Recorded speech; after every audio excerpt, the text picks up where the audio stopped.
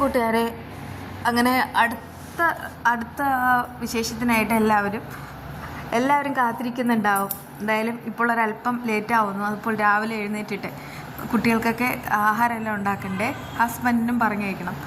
അതുകൊണ്ടാണ് കേട്ടോ ഇത്ര താമസം. എന്നാൽ പിന്നെ നമുക്ക് നോക്കിയാലോ. അതായത് സങ്കടപ്പെട്ടിരിക്കുന്ന വസുന്ധരയും മല്ലികയും ഒരുവിധം ആശ്വസിപ്പിച്ചിട്ടാണ് വിവേകാണെങ്കിൽ അവരെ അവിടെ നിന്ന് വീട്ടിലേക്ക് പറഞ്ഞിരിക്കുന്നത്. കാരണം അവരവിടെ വന്നിട്ട് തന്നെ നേരം കഴിഞ്ഞിരിക്കുന്നു. എന്നാൽ അവർ വീട്ടിൽ പോയിട്ടുണ്ട്. പിന്നെ അവിടെ വർഷയുടെ അവർ ഓപ്പറേഷനും കാര്യങ്ങളെല്ലാം നടന്നിട്ടുണ്ടല്ലോ. പിന്നെ അവിടെ ഉള്ളത് വിവേക്, ശ്രീനാഥ് ഒരറ്റത്തുണ്ട്, അഭിരാമിയും അഞ്ജുവും ശിവയുണ്ട്. അവർ മൂന്നുപേരും മാറി നിന്നിട്ട് ഓരോ കാര്യങ്ങൾ ചർച്ച ചെയ്യുകയാണ്. എന്നാലും ആര് കാരണമായിരിക്കും വർഷയ്ക്ക് ഇങ്ങനൊരു ഗതി വന്നത്, അത് ഓർത്തിട്ട് അവർക്കാകെ ടെൻഷനാവാണ്. വിവേക് അവസാനം വർഷയോട് എന്തായിരിക്കും പറഞ്ഞിട്ടുണ്ടാവുക? അതുകൊണ്ടായിരിക്കുമോ വർഷ അവിടെ നിന്ന് ഓടിയത്? ശ്രീയേട്ടൻ പറഞ്ഞിട്ടുണ്ടായിരുന്നു അവർ രണ്ടുപേരും ഒരുമിച്ച് നിൽക്കുന്ന കാര്യം. എങ്കിൽ പിന്നെ അവരെന്തെങ്കിലും സംസാരിച്ചിട്ടുണ്ടാവുമോ എന്നൊക്കെ ശിവയും ചോദിക്കുന്നുണ്ട്. ശ്രീനാഥ് പറഞ്ഞാൽ അത്ര അങ്ങോട്ട് വിശ്വസിക്കേണ്ട എന്നൊക്കെ ശിവ സംശയത്തിൽ പറയുന്നുണ്ട്. ഇങ്ങനെ സംശയത്തിലാണ് അവരെല്ലാവരും നിൽക്കുന്നത്. അപ്പോഴേക്കും അങ്ങോട്ട് പോലീസുകാർ വരികയാണ്. പോലീസ് വരുന്നത് മൊഴിയെടുക്കാനാണ്. വന്നിട്ട് ശരത്ചന്ദ്രനോട് കാര്യങ്ങളൊക്കെ തിരക്കുന്നു. അയാൾ കാര്യം പറയുന്ന സമയത്ത് പോലീസുകാരൻ ചൂടാവുകയാണ്, താനൊക്കെ എവിടെ നോക്കിയിട്ടാണ് വണ്ടി ഓടിക്കുന്നതെന്ന്. അപ്പോഴേക്കും അയാൾ തൻ്റെ നിരപരാധിത്വം തെളിയിക്കാൻ ശ്രമിക്കുകയും ചെയ്യുന്നു. ഞാൻ നന്നായിട്ട് തന്നെയാണ് വണ്ടി ഓടിച്ചത്, പക്ഷെ എനിക്കൊന്ന് ബ്രേക്ക് എടുക്കാനുള്ള ആ ഒരു ടൈം പോലെ ആ കുട്ടി തന്നില്ല, വണ്ടിയിലേക്ക് ചാടുകയായിരുന്നു. ആ സമയത്ത് വിവേകും ശരത്ചന്ദ്രനെ സപ്പോർട്ട് ചെയ്ത് തന്നെ സംസാരിക്കണേ. അങ്ങനെ അയാൾക്ക് അനുകൂലമായിട്ടുള്ള മൊഴികളെല്ലാം കൊടുക്കുന്നുമുണ്ട്. അങ്ങനെ വർഷയുടെയും വിവേകിൻ്റെയും വിവാഹം നടക്കാനിരിക്കുന്ന ദിവസമാണ് വർഷയ്ക്ക് ഇങ്ങനെ ഒരു കാര്യം വന്നത്. പ്രത്യേകിച്ച് ശ്രീനാഥിൻ്റെ കയ്യിൽ നിന്ന് അനുഗ്രഹം മേടിക്കാനായിട്ട് വർഷ അകത്തേക്ക് പോയി. തിരിച്ചു വന്നപ്പോൾ കരങ്ങിട്ടാണ് വന്നത്. പിന്നീട് ഇറങ്ങി ഓടുന്നുണ്ടെന്നൊക്കെയാണ് അഞ്ജു ഇങ്ങനെ മൊഴി പറയുന്നത്. അങ്ങനെ ഓരോരുത്തർ ഓരോ ഊഹാപോഹങ്ങൾ വെച്ചിട്ട് ഓരോരോ മൊഴികൾ ഇങ്ങനെ കൊടുക്കുന്നുണ്ട്. അവസാനം എസ് ഐ പറയുന്നുണ്ട്, ഞങ്ങൾക്ക് ഈ ഒരു അവസരത്തിൽ ആ കുട്ടിയുടെ മൊഴി എടുക്കാനും കഴിയില്ല. ഒരു കാര്യം ചെയ്യൂ, വണ്ടി ഇടിച്ച ആളാണെങ്കിൽ നേരെ പോലീസ് സ്റ്റേഷനിലേക്ക് വന്നേ പറ്റൂ. അവിടെ വന്നിട്ട് ഞങ്ങളുടെ കയ്യിലേക്ക് തൻ്റെ ഡീറ്റെയിൽസും കാര്യങ്ങളും എല്ലാം കാണിക്കണം, ലൈസൻസും കാണിക്കണം എന്നൊക്കെ പറയുമ്പോൾ വരാമെന്നൊക്കെ ശരത്ചന്ദ്ര ഏൽക്കുന്നുണ്ട്. അങ്ങനെ പോലീസുകാരെല്ലാം അവിടെ നിന്ന് പോകുന്നുമുണ്ട്. ആ സമയത്ത് ശിവയും കൂട്ടുകാരികളും എല്ലാവരും കൂടെ ശരത്ചന്ദ്രനോട് ചൂടാവുന്നുണ്ട്. ശരത്ചന്ദ്രൻ പറയുന്നുണ്ട്, ഞാൻ പറഞ്ഞത് മുഴുവൻ ശരിയാണ്, നിങ്ങളും കൂടെ കണ്ടതല്ലേ, വർഷം ഇങ്ങനെ ഓടി വന്നിട്ട് ഇതിലേക്ക് ചാടി കയറുകയായിരുന്നു. ഇനിയിപ്പോൾ ഞാനിവിടെ നിന്നിട്ട് യാതൊരുവിധ കാര്യവുമില്ല. അതുകൊണ്ട് തന്നെ ഞാൻ ഒരു കാര്യം ചെയ്യാം, പോലീസ് സ്റ്റേഷനിലേക്ക് ഒന്ന് പോവാണ്. പക്ഷെ വിവേകെ പേടിക്കേണ്ട, തൻ്റെ വർഷം തിരിച്ചു വരും, അത് ഉറപ്പാണ്. പിന്നെ കുറച്ച് പ്രയാസങ്ങൾ കാണും, എന്തായാലും വിഷമിക്കേണ്ടെന്നൊക്കെ പറയാണ് കേട്ടോ. എന്നിട്ട് അയാൾ നമ്പരും ഡീറ്റെയിൽസ് എല്ലാം കൊടുത്തിട്ടാണ് പോലീസ് സ്റ്റേഷനിൽ പോകുന്നത്. പിന്നെ മറ്റൊരു സംഭവം ഉണ്ടാകുന്നുണ്ട്. ഡോക്ടർ അങ്ങോട്ട് വരികയാണ്. എന്നിട്ട് പറയുന്നുണ്ട് ചില പ്രധാനപ്പെട്ട കാര്യങ്ങൾ പറയാനുണ്ട്, പക്ഷെ അതിനു മുൻപ് വർഷയുടെ ബന്ധുക്കളോ അങ്ങനെ ആരെങ്കിലും ഉണ്ടെങ്കിൽ പറയണം. അത് കേട്ടിട്ട് വിവേക് വിവാഹം കഴിക്കാൻ വന്ന പെൺകുട്ടിയാണ് വർഷ എന്നുള്ള കാര്യം അറിയിക്കുകയാണേ. പിന്നെ കൂട്ടുകാരികളെല്ലാവരും സ്വയം പരിചയപ്പെടുത്തുന്നു. ശരി, ഇക്കാര്യം അങ്ങനെ മറച്ചു പിടിക്കാനൊന്നും പറ്റില്ല, ഒരു പ്രധാനപ്പെട്ട കാര്യമുണ്ട്. ഓപ്പറേഷനൊന്നും കുഴപ്പമില്ലാതെ നടന്നിട്ടുണ്ട്, ആളാണെങ്കിൽ പക്ഷേ ബോധമൊന്നും വന്നിട്ടില്ല. ഇനിയിപ്പോൾ 48 മണിക്കൂർ നമുക്കാണെങ്കിൽ വെയിറ്റ് ചെയ്യേണ്ടി വരും. അതിനുള്ളിൽ എന്ത് സംഭവിക്കാം? പ്രത്യേകിച്ച് ബ്രെയിൻ ഡാമേജ് ആവുന്ന ചിലർക്ക് സംഭവിക്കുന്ന ചില മാറ്റങ്ങളുണ്ട്.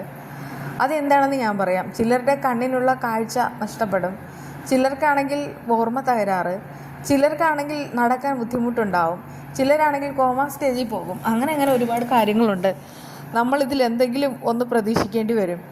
അത് കേട്ടിട്ട് എല്ലാവർക്കും പേടിയാവുന്നുണ്ട്. അപ്പോഴേക്കും വിവേക് പറയുന്നുണ്ട്, ഒരു കാര്യം ചെയ്യാം, വിദേശത്ത് ഏതെങ്കിലും ഒരു ഹോസ്പിറ്റലിലേക്ക് അവളെ കൊണ്ടുപോകാം, ഞങ്ങൾ തന്നെ അതിൻ്റെ ചികിത്സാ ചിലവും എല്ലാം വഹിച്ചോളാം. അതുകൊണ്ട് ഡോക്ടർ അങ്ങനെ സജസ്റ്റ് ചെയ്താൽ മതി. ഡോക്ടർ പറയുന്നുണ്ട്, ഈ സമയത്ത് നിങ്ങൾ എങ്ങോട്ട് കൊണ്ടുപോയാലും അതൊരു വലിയൊരു റിസ്ക്കായിട്ട് മാറും. കാരണം ഒരു വലിയൊരു കാരണമുണ്ട്. ഇപ്പോൾ തന്നെ ബ്രെയിൻ ഇഞ്ചുറി ഉണ്ടായിട്ടുള്ളത്, ബ്ലീഡിങ് ഉണ്ടാവും. അതുകൊണ്ട് തന്നെ നിങ്ങൾ കൊണ്ടുപോകുന്ന സമയത്ത് എന്തെങ്കിലും അങ്ങോട്ടും മാറിപ്പോയാൽ ബ്ലീഡിങ് വീണ്ടും ഉണ്ടാവും. അങ്ങനെയാണെങ്കിൽ നിങ്ങൾ കൊണ്ടുപോയിട്ട് യാതൊരുവിധ കാര്യവുമില്ല, ഗുണത്തെക്കാളേറെ ദോഷവും ഉണ്ടാവും. തൽക്കാലം ആ കുട്ടിക്ക് വേണ്ടത് റെസ്റ്റാണ്. ഇവിടെ തന്നെ ഉണ്ടാവട്ടെ. പിന്നെ 48 മണിക്കൂർ 2 ദിവസം കൂടെ നമുക്ക് നോക്കാം. അത് കഴിഞ്ഞിട്ട് എന്താണെന്ന് വെച്ചാൽ നമുക്ക് എല്ലാവർക്കും കൂടെ തീരുമാനിച്ച് പറയാം. അല്ലാതെ എനിക്കായിട്ട് മാത്രം നിങ്ങളോട് ഇപ്പോൾ ഒന്നും പറയാനായിട്ട് കഴിയില്ല. അത് കേട്ടിട്ട് അവർ പിന്നെ വലിയ കുഴപ്പമില്ലാതൊക്കെ നിൽക്കുകയാണ് കേട്ടോ. അങ്ങനെ ഡോക്ടർ അകത്തേക്ക് പോകുന്നുമുണ്ട്. അങ്ങനെ വർഷയുടെ ഓപ്പറേഷൻ കഴിഞ്ഞ് വർഷ ഒരിടത്ത് കിടക്കാണ്. ബാക്കിയുള്ള എല്ലാവരും അതും ഇതും പറഞ്ഞിട്ടൊക്കെ അങ്ങനെ സങ്കടത്തിലിരിക്കുന്നു. വിവേക് ആണെങ്കിൽ കൂട്ടുകാരികളോട് പറയുന്നുണ്ട്, വേഗം തന്നെ വീട്ടിലേക്ക് പൊക്കോളൂ, ഇവിടെ പിന്നെ ഞാനുണ്ട്, എന്തെങ്കിലും ഉണ്ടെങ്കിൽ വിളിക്കാം, അതല്ലേ നല്ലത്. വിവേകിനോട് പറഞ്ഞാൽ വിവേക് പോകുമോ? ഒരിക്കലും ഇല്ല. വർഷ വിട്ടിട്ട് പോകാൻ വിവേകിനാവില്ല. അതുപോലെ തന്നെ ഞങ്ങൾക്ക് വർഷ എന്ന് പറഞ്ഞാൽ ജീവനാണ്. ഞങ്ങൾക്ക് അവളെ വിട്ടിട്ട് പോകാൻ കഴിയില്ല. ഞങ്ങൾ ഇവിടെ തന്നെ ഉണ്ടാവുമെന്നൊക്കെ അവർ പറയുന്നുണ്ട്. വിവേക് പറയുന്നുണ്ട്, ശരി എന്നാൽ ഡ്രസ്സ് എങ്ങനെയെങ്കിലും എടുപ്പിക്കുക, അതാ നല്ലത്. അങ്ങനെ അവരെല്ലാവരും മാറിയിരിക്കുന്നു. അങ്ങനെ അഭിരാമിയും ശിവയും കൂടെ വരുന്ന സമയത്ത് ഈ അഞ്ചു മാത്രം പോയിരുന്ന് കരയാണ്. നോക്കുന്ന സമയത്ത് അവരുടെ മൊബൈൽ വർഷയുടെ ഫോട്ടോ, അത് കാണും തോറും പൊട്ടി പൊട്ടി കരയുന്നുമുണ്ട്. വർഷ ചിരിച്ചുകൊണ്ടിരിക്കുന്ന ഫോട്ടോ. അങ്ങനെയുള്ള വർഷയ്ക്കാണ് ഇങ്ങനൊരു കാര്യം ഉണ്ടായത്. നമുക്കറിയാം, കൂട്ടുകാരികളിൽ ഏറ്റവും കൂടുതൽ ടച്ചിങ് ആയിട്ടുള്ളത് അഞ്ചുമായിട്ട് തന്നെയായിരുന്നു വർഷയ്ക്ക്. അതുകൊണ്ട് തന്നെ ഇപ്പോൾ വർഷയ്ക്ക് ഇങ്ങനെ ഒരു അപകടം ഉണ്ടായപ്പോൾ ഏറ്റവും കൂടുതൽ സങ്കടപ്പെടുന്ന അഞ്ചുവാണ്. അങ്ങനെ അഞ്ചു ഭയങ്കരമായിട്ട് കരയാണ് കേട്ടോ. ആ സമയത്ത് ഈ വിവേകിൻ്റെ അടുക്കിലേക്ക് ശ്രീനാഥ് വരുന്നു. വർഷയ്ക്ക് എങ്ങനെയുണ്ടെന്ന് ചോദിക്കുന്നു. അപ്പോഴേക്കും വിവേകിൻ്റെ മട്ടും ഭാവവും മാറുന്നുമുണ്ട്. താനൊരു ചതിയനാണ്, താൻ കൂടുതലൊന്നും പറയണ്ട. എനിക്കിപ്പോഴാണ് ഒരു കാര്യം ഓർമ്മ വരുന്നത്. അന്ന് ആ സേവ് ദി ഡേറ്റിൻ്റെ ആ ഒരു ദിവസം തൻ്റെ മുഖം ഒന്ന് കാണണമായിരുന്നു. സന്തോഷമില്ലായിരുന്നു. അതിൽ നിന്ന് തന്നെ മനസ്സിലാക്കാം താനാണെങ്കിൽ ഒരു ചതിയനാണ്.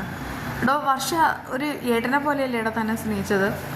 എന്നിട്ട് താനാണെങ്കിൽ എന്താടോ അവളെ നോക്കിയത്. എന്തായാലും ഞങ്ങളുടെ വിവാഹം മുടക്കാൻ വേണ്ടിയിട്ട് മനഃപൂർവ്വമാണ് താനെന്ന് ഇങ്ങനെയൊക്കെ കാണിച്ചു കൂട്ടിയത്.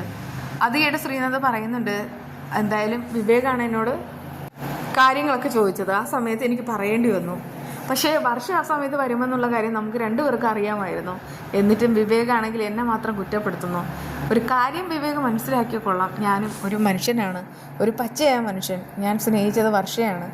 പണ്ടേ വർഷ എന്ന് പറഞ്ഞാൽ എനിക്ക് ജീവനായിരുന്നു. ഞാൻ വിവാഹം കഴിക്കാൻ പോയ പെൺകുട്ടിയാണ് വർഷ. അതിനുശേഷം ഞങ്ങളുടെ ജീവിതത്തിൽ കുറേയേറെ സാഹചര്യങ്ങളിൽ ദുരന്തങ്ങളൊക്കെ ഉണ്ടായി എന്ന് കരുതിയിട്ട് ഞാൻ സ്നേഹിച്ച പെണ്ണിനെ പെട്ടെന്ന് മറക്കണമെന്ന് പറഞ്ഞാൽ അത് കഴിയില്ലടോ, എനിക്കൊരിക്കലും കഴിയില്ല. അതുകൊണ്ടൊക്കെ തന്നെയാണ് ഞാനിങ്ങനെ ആയിപ്പോയത്. അതുകൊണ്ടാണ് ഞാൻ ചോദിക്കണേ, ഇപ്പോൾ വർഷയ്ക്ക് എങ്ങനെയുണ്ട്. അപ്പോഴേക്കും വിവേക് പറയുന്നുണ്ട്, താനിവിടെ നിൽക്കരുത്, എനിക്ക് തന്നെ കാണണ്ട, താനൊരു ചതിയനാണ്, തന്നെ കാണുമ്പോൾ തന്നെ എനിക്ക് ഇറങ്ങി പോകാനാ പറയണേ എന്നൊക്കെ പറഞ്ഞിട്ട് ഇറക്കി വിടുകയാണ് കേട്ടോ. ആ സമയത്ത് ശ്രീനാഥ് മാറി എന്നിട്ട് കരയുന്നൊക്കെയാണ് കാണിക്കുന്നത്. എന്തായാലും ഇവിടെ നോക്കിക്കോ, ഒരു ഗംഭീര ട്വിസ്റ്റ് ആയിരിക്കും നടക്കാൻ പോകുന്നത്. മിക്കവാറും അവൾക്ക് ഓർമ്മക്കുറവുണ്ടാവും. ആ സമയത്ത് അവൾ മറക്കുന്നത് വിവേകിനാകാൻ ചാൻസ് ഉണ്ട്. എങ്കിൽ പിന്നെ മറ്റെന്തെങ്കിലും ഒരു ഗംഭീര ട്വിസ്റ്റ് ഉണ്ടാവും. കാരണം വിവേകിനെ അവൾ മറന്നു കഴിഞ്ഞാൽ അവൾക്ക് ശ്രീനാഥിനെ ഓർമ്മയുണ്ടാവുമല്ലോ. പിന്നെ ഇങ്ങനെ കാണിച്ചിരിക്കുന്ന ഒരു വീഡിയോയുടെ ഇടേണ്ടി വരും. അതുകൊണ്ടാണ് ഞാനൊന്ന് ജസ്റ്റ് ഒന്ന് കാണിച്ചത്. അവിയലുണ്ടാക്കാനായിട്ട് എല്ലാവർക്കും അറിയാം. ഇവിടെ അവിയലിന് കൂട്ടിന്, അതായത് ഞങ്ങൾ ട്രിവാൻഡ്രത്താണ് താമസിക്കുന്നത്. ഇവിടെയൊക്കെ ആണെങ്കിൽ അരപ്പ് കൂട്ടുന്നത് തേങ്ങ, പച്ചമുളക്, പിന്നെ മഞ്ഞൾപ്പൊടി, ജീരകം ഇത്രയും ഇട്ടിട്ടാണ്. പിന്നെ ഞാനാണെങ്കിൽ ലാസ്റ്റ് കടുക് താളിക്കാറുണ്ട്. അങ്ങനെ എല്ലായിടത്തും ഇല്ല, പച്ച വെളിച്ചെണ്ണയും കറിവേപ്പിലയിട്ട് ഇങ്ങനെ വഴറ്റിയെടുക്കുന്നവരും ഉണ്ട്. പക്ഷെ ഞാനതങ്ങനെയാണ് ചെയ്യാറ്. അപ്പോൾ നിങ്ങൾ കമൻറ്റ് ഇട്ടോളൂ. വീണ്ടും കാണാം.